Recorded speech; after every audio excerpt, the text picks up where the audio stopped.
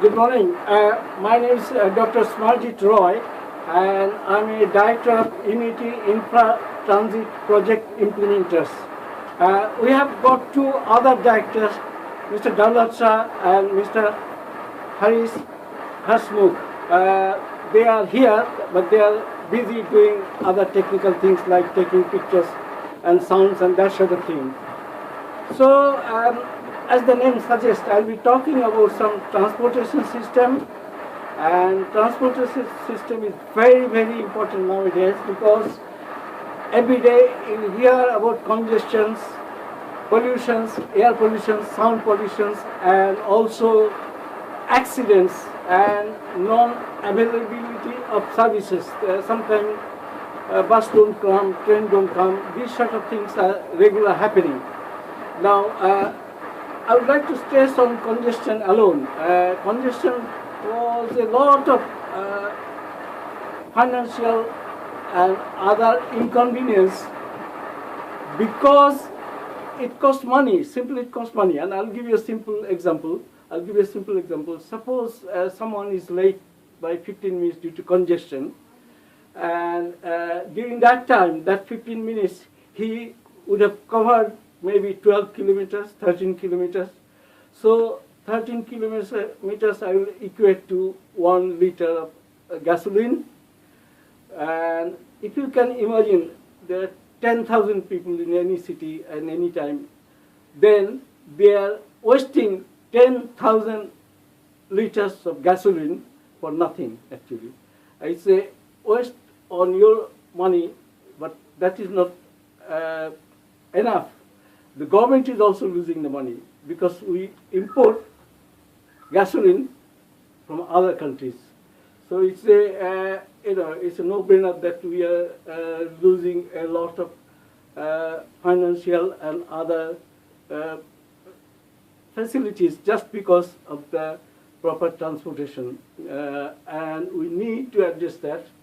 Now you know that there are trains, metros, buses,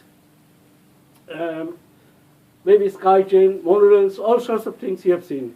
But today I'm going to say something about technology which is game-changing in 2015, and it is here. We have done extensive study and found out the best solution for urban area for transportation.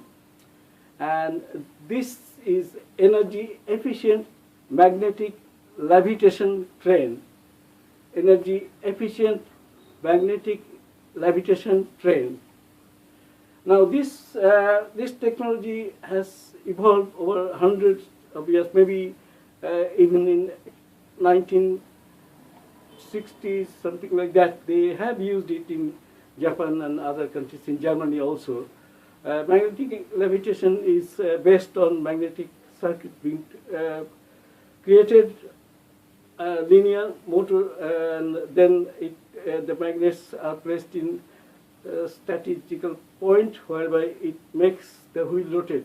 It's not difficult to imagine because that's how the ordinary ceiling fan or any fan works actually, because you use the magnetic induction for turning anything.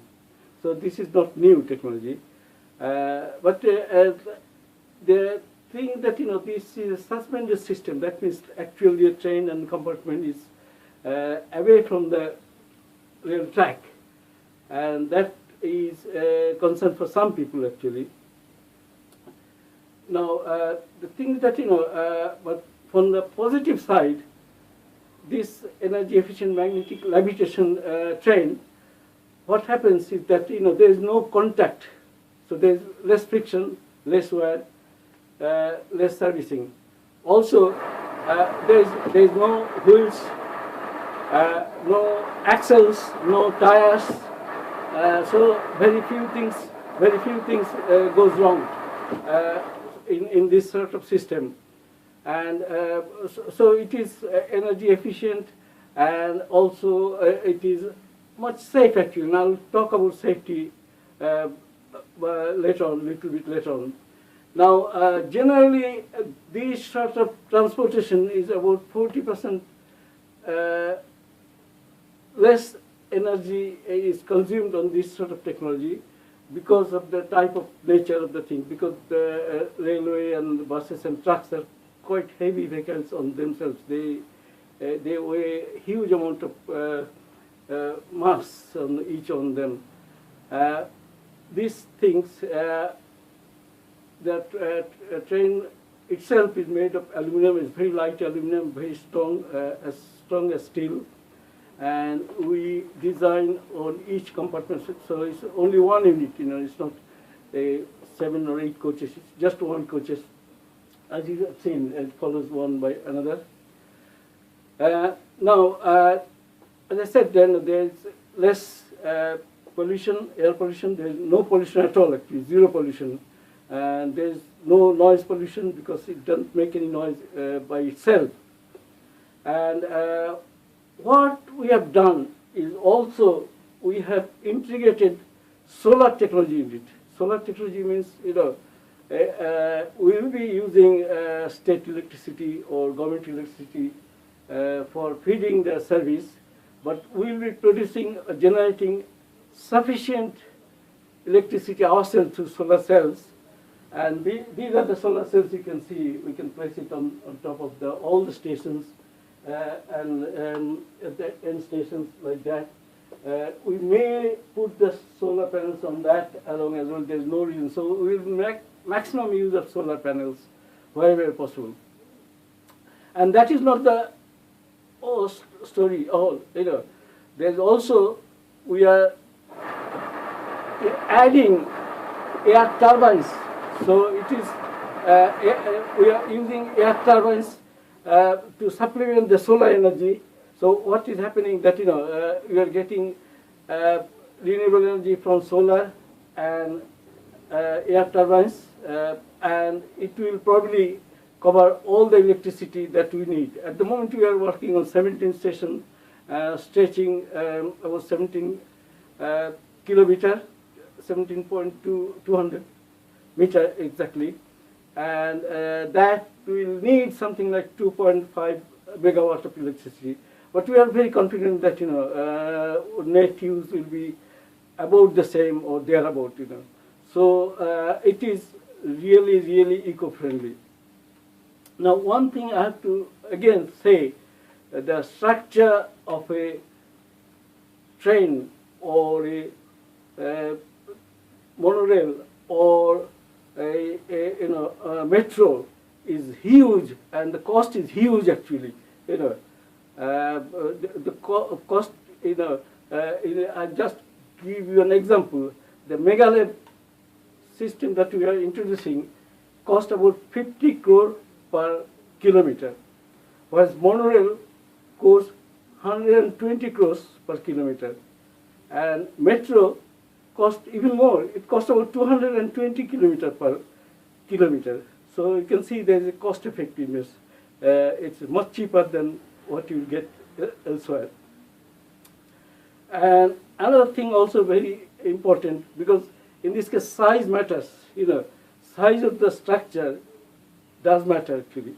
And in our case, as you can see, we have got only one piling, which is 1 square meter. That's all you need on the ground space. It's not 2 pilings. It's not huge, 5 meter, 10 meter wide. It's just 1 meter, 1 piling. That supports both north and south actually. That is again unique because it takes very little space. We are using east of most. The north and south are going on the same rail actually, and it's supported by just one pillar like that. They are, I would say that distance between that should be about 25 meter or so, that is safe. And the height is 15 meter high, from the ground level 15 meter high.